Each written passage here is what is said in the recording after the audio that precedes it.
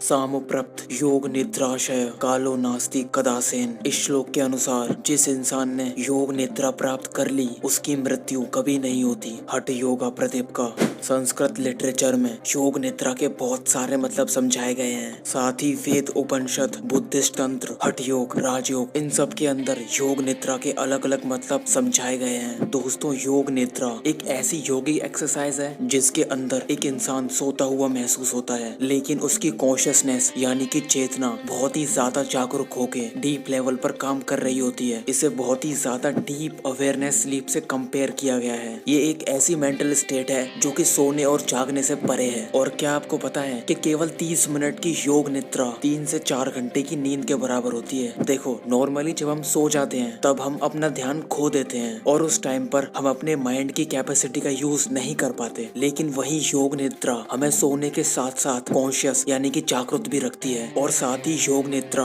आत्मशक्ति को प्रेरित करती है और साथ ही हमें एहसास कराती है कि कुछ ऐसा है जो हमें बांधे हुए है और दूसरी तरफ वही मोक्ष का द्वार भी है। और इसके स्पिरिचुअल एक्सपीरियंस के साथ ये हमारी फिजिकल और मेंटल हेल्थ को भी बेहतर करती है। ये हमारे बॉडी, माइंड और नर्वस सिस्टम को रिलैक्स काम करती है। बॉडी और माइंड से फटीग यानी कि कमजोरी को दूर करती है और साथ ही इम्यूनिटी स्ट्रेंथन करती है। स्लीप साइकिल इंप्रूव करती है, कंसंट्रेशन, ब्रेन फंक्शन और साथ ही ब्रेन क्रिएटिविटी को बूस्ट करती है। और हठ योग के अनुसार तो इसे एक मेडिटेशन तक कहा गया है। इसलिए तो योगा मास्टर से लेके साइकोलॉजिस्ट तक सभी इस स्पिरिचुअल हीलिंग टेक्निक का यूज करते हैं। और इसीलिए तो इसे योग निद्रा के साथ चेतन निद्रा भी कहा जाता है। और साथ ही मैं इसे एंशिएंट और मॉडर्न साइंस से प्रूव करके दिखाऊंगा कि इसका एक्सिस्टेंस है और इसके बेनिफिट लिमिटलेस हैं। और सबसे आखिर में ये बताऊंगा कि इसे प्रैक्टिस कैसे करना है। तो without wasting a time let's get started.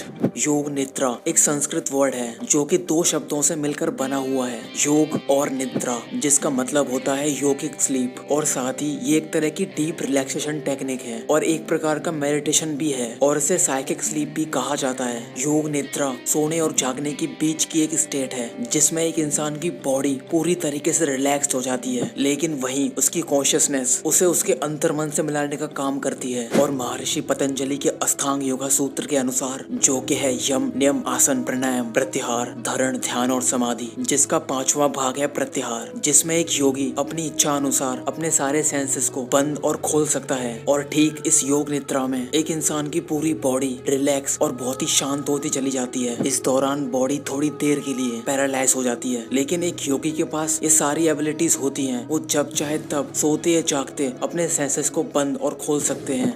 हम नॉर्मल इंसान भी योग निद्रा को प्रैक्टिस कर सकते हैं। योग निद्रा की प्रैक्टिस के दौरान हमारा ब्रेन अल्फा स्टेट में एंटर करने लग जाता है, हार्ट रेट और बीपी गिरने लगते हैं। एक इंसान बिना अपनी कॉन्शियसनेस लॉस्ट किए हुए रिलैक्स्ड और काम रहता है। फोकस सहस्त्रहार चक्र पर शिफ्ट हो जाता है और ब्रेन में प्रेजेंट पीनियल ग्लैंड सेरोटोनिन और मेलाटोनिन हार्मोन रिलीज करने लग जाता है, जिससे हमारे ब्रेन के दोनों हेमिस्फीयर हार्मोनाइज होने लगते हैं। स्ट्रेस कम होने लगता है, फोकस और कंसंट्रेशन डीप होता चला जाता है और जिससे हमें एक सच्चे ब्लिसफुल एक्सपीरियंस का एहसास होता है। क्यों, सच में है ना ये कमाल। और पता है, योग निद्रा को कई हजारों सालों पहले हमारे ऋषि और मुनि जानते थे। मांडुक्य उपनिषद अनुसार कॉन्शियसनेस यानी कि चेतना की 4 स्टेट बताई गई हैं और ये है वेकिंग, ड्रीमिंग, डीप स्लीप और तुरीय। देखो, तुरीय यहाँ पर प्योर कॉन्शियसनेस को कहा गया है। योग निद्रा अवेयरनेस की एक ऐसी स्टेट है जो कि डीप स्लीप से भी परे है। और पता है, योग निद्रा का जिक्र अब तक की सबसे एपिक बुक यानी कि महाभारत में इसका जिक्र है, जिसमें कि योग निद्रा को लॉर्ड विष्णु की स्लीप से कंपेयर किया गया है, जो कि इस ब्रह्मांड के युग को दर्शाती है। और ऐसा कई बार हुआ है जहाँ ध्यान के बारे में, योग और तंत्र में योग निद्रा को भी दर्शाया गया है, जिसमें फेमस है कुछ शैव और बुद्धिस्ट तंत्रास। और शिव पाठ के एक अध्याय में कहा गया है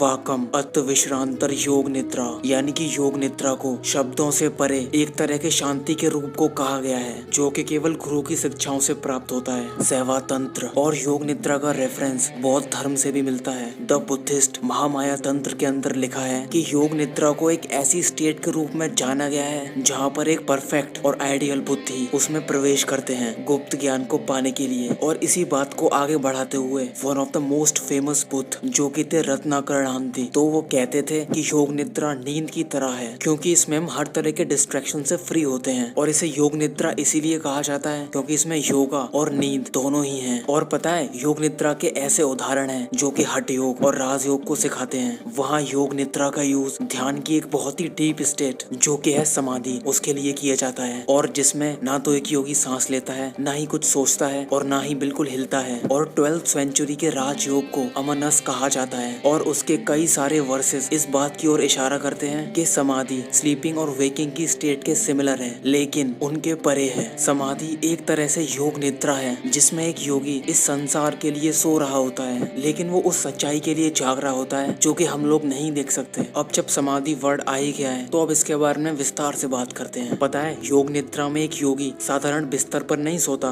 बल्कि वो कॉन्शियसनेस की 4th स्टेज यानी कि चौथी अवस्था के बेड पर सो रहा होता है। इस 4th स्टेज को तुरीय कहा जाता है, जो कि समाधि का एक दूसरा नाम है, जिसे हठ योग और राजयोग के अंदर बताया गया है। और समाधि 4th स्टेट ऑफ कॉन्शियसनेस इसीलिए है क्योंकि एक ऑर्डिनरी इंसान अपनी पूरी लाइफ में केवल 3 स्टेट्स को ही जान पाता है, और वो है वेकिंग, स्लीपिंग और ड्रीमिंग। और इस 4th स्टेट यानी कि तुरीय का रेफरेंस मांडोक्य उपनिषद और अद्वैत वेदांत के अंदर मिल जाता है। एंड 17th सेंचुरी में योग निद्रा को एक आसन के रूप में जानते थे, और जिस आसन का पूरा नाम था योग निद्रा आसन, जो कि हठ रत्नावली में मेंशन है, और जिसके एक श्लोक में यहाँ तक लिखा है कि योग निद्रा आसन ब्लिस को प्रदान करने वाला है। और जैसा कि इस वक्त आप इस फोटो में देख पा रहे हो, देखो जब आप हिप्नोटिक स्टेट में होते हो ना, तब उस दौरान वो स्टेट आपके ब्रेन के एक बहुत ही छोटे हिस्से को कवर करती है, और ये हिप्नोटिक स्टेट बहुत लिमिटेड होती है। इसे योग और तंत्र की भाषा में तामसिक कंडीशन कहते हैं, लेकिन वही योग निद्रा 7वीं कंडीशन बनाती है। अकॉर्डिंग टू योगा स्क्रिप्चर्स हमारे शरीर में 3 इंपॉर्टेंट एनर्जी चैनल्स होते हैं, यानी कि 3 मेजर नाड़ीज होती हैं, जो कि है इड़ा, पिंगला और सुषुम्ना। और ये तीनों अलग अलग तरीके से काम करती हैं। जैसे इड़ा मेंटल पावर, पिंगला प्राण शक्ति और सुषुम्ना स्पिरिचुअल पावर का संचार करती है। वैसे तो इनके फंक्शंस अलग अलग हैं, लेकिन जब ये साथ में मिलकर काम करती है ना, तब एक इंसान हर तरह के बॉन्डेज से फ्री हो जाता है। नॉर्मली एक ऑर्डिनरी इंसान के अंदर इड़ा और पिंगला ही एक्टिव रहती हैं, जो लगातार हमारे ब्रेन में और पूरे शरीर में प्राणों का संचार करती हैं। अगर कोई इड़ा और पिंगला को कंट्रोल कर लेता है तो वो किसी भी इंसान के ब्रेन पर कंट्रोल पा सकता है, और इसी को हम हिप्नोसिस कहते हैं। लेकिन वहीं योग निद्रा में सुषुम्ना नाड़ी एक्टिव रहती है और शरीर में प्राणवायु का संचार भी कर सकती है। और इस सुषुम्ना नाड़ी के जागृत होने की वजह से ब्रेन को हायर क्वालिटी की कॉन्शियसनेस और अवेयरनेस मिलती है। क्यों, है ना कमाल।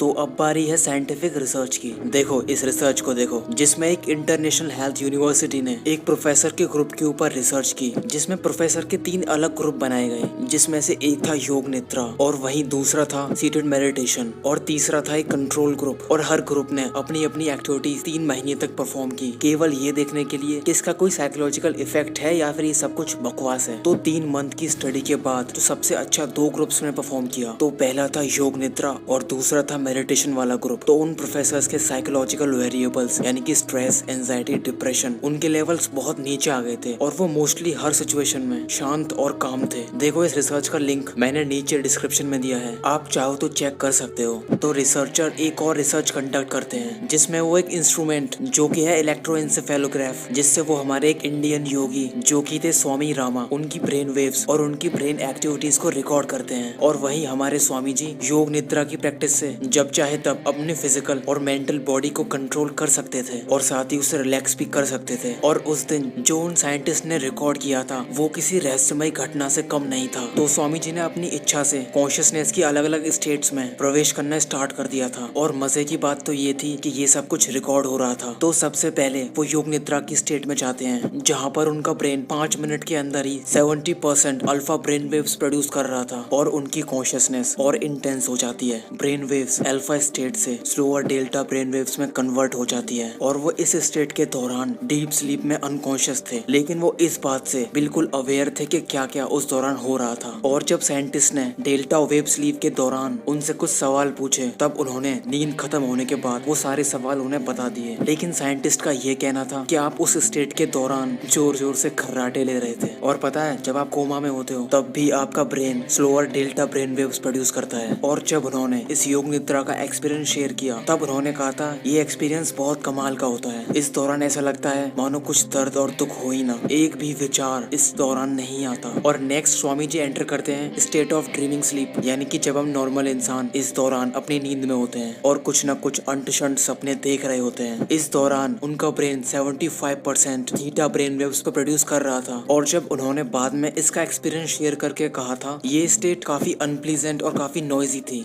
और साइंस के कुछ एक्सपेरिमेंट्स तो यहाँ तक दावा करते हैं कि कॉन्शियसनेस की फोर्थ स्टेट जो कि है ट्रांसेंडेंटल कॉन्शियसनेस यानी कि पारलौकिक चेतना जो कि योग निद्रा की अवस्था में छिपी हुई होती है। सो नाउ अब हम बात करते हैं कि हम योग निद्रा को कैसे प्रैक्टिस कर सकते हैं। इससे पहले हम एक बात जान लेते हैं, हम लोग योग निद्रा की प्रैक्टिस दिन के किसी भी समय कर सकते हैं, लेकिन सबसे बेस्ट टाइम है सुबह का टाइम। आप लोग एक्सरसाइज, योग या फिर प्राणायाम करने के बाद योग निद्रा की प्रैक्टिस कर सकते हो। ऐसे ही आप रात को सोते वक्त या फिर दिन में जब आपको थकान महसूस हो तब भी आप इसकी प्रैक्टिस कर सकते हो। तो अब ये सुनो कि इसको करना कैसे है। तो सबसे पहले आपको शवासन में लेट जाना है। देखो शवासन मतलब आपको आपके बिस्तर या फिर मैट पर बिल्कुल सीधे लेट जाना है। अपनी आंखों को आहिस्ता आहिस्ता बंद करना है और अपनी पूरी बॉडी को ढीला छोड़ देना है। बिल्कुल रिलैक्स करना है, बिल्कुल इस फोटो की तरह अपने हाथों और पैरों को इसी पोजीशन में रखना है। फिर आपको कुछ लंबी और गहरी सांस लेनी है और ये याद रखना अपनी सांसों को स्लोली एक्सेल और इनहेल करना। फिर आपको अपनी अटेंशन को आहिस्ता आहिस्ता राइट फुट यानी सीधे पैर की तरफ ले जाना है। फिर आपको कुछ सेकंड तक अपना ध्यान अपने सीधे पैर पर रखना है और बाकी किसी भी बॉडी पार्ट्स या फिर किसी और चीज के बारे में नहीं सोचना है। और देखो ऐसा बिल्कुल भी मत करना कि जहाँ पर आपकी अटेंशन है उस जगह को बिल्कुल भी टाइट मत करना। आपको बस रिलैक्स रहना है। फिर वहाँ से बहुत ही आराम से अपनी अटेंशन को राइट नी यानी कि सीधे घुटने पर ले जाना है। फिर राइट नी से राइट थाई पर और फिर राइट हिप पर। फिर आना है आपको लेफ्ट लेग पर और फिर इसी पूरी प्रोसेस को आपको शुरू से अपनाना है। फिर आपको अपनी attention right shoulder, right arm, palms और फिंगर्स की तरफ ले जाना है और फिर बिल्कुल यही सेम प्रोसेस लेफ्ट हैंड के साथ भी अपनानी है। और इस दौरान आप महसूस करते जाओगे कि आपकी बॉडी और माइंड बिल्कुल शांत होता जा रहा है। फिर आपको अपनी अटेंशन थ्रोट पर लेकर आनी है, फिर फेस पे, और अब आपकी फेस मसल बिल्कुल रिलैक्स है। और उसके बाद फाइनली अपने हेड पर। फिर आपको कुछ लंबी और स्लोली गहरी सांस लेनी है और अपने बॉडी सेंसेशन को महसूस करना है और इसी स्टेट में आपको कुछ देर रिलैक्स करना है। और फिर जब आपको वहाँ से उठना हो तो आपको एकदम से नहीं उठना, उसके लिए भी एक प्रोसेस है। आपको स्लोली आपकी आसपास की सराउंडिंग से अवेयर होना है और फिर से अपनी बॉडी सेंसेस को स्लोली गेन करना है। और फिर आपको राइट साइड पर टर्न लेना है, मतलब राइट साइड की तरफ लेट जाना है सिर्फ 2 से 3 मिनट के लिए। देखो जब आप राइट साइड की तरफ लेटते हो ना तब आपकी ब्रेथ लेफ्ट नोस्ट्रल के थ्रू फ्लो होती है जिसे कि इड़ा नाड़ी कहा जाता है और साथ ही इसे चंद्र नाड़ी भी कहा जाता है, क्योंकि जब हम इसके थ्रू सांस लेते हैं तब हमारी बॉडी कूल डाउन रहती है। और फिर जब आप उठो तो आपको कुछ इस तरीके से उठना है अपने हाथों का सहारा लेकर। फिर आपको कुछ सेकंड बैठना है और फिर अपनी आंखों को धीरे धीरे ओपन करना है। और इसे करने से पहले कुछ बातों का ध्यान रखना है, यानी इसकी प्रैक्टिस आपको एम्प्टी स्टोमक ही करनी है या फिर आपने खाना 1-2 घंटे पहले खाया हो तो भी चलेगा। और इसको प्रैक्टिस करने से पहले अपनी आसपास की सराउंडिंग्स को भी एक बार चेक कर लेना। ऐसा ना हो साइड में डीजे बज रहा हो या फिर बहुत ही शोर हो रहा हो। अगर मौसम ठंडा है तो आप ब्लैंकेट ओढ़ सकते हो, अगर वही मौसम गर्म है तो आप फैन या फिर कूलर ऑन कर सकते हो। तो मैं आशा करता हूँ आप दी गई जानकारी से सहमत होंगे।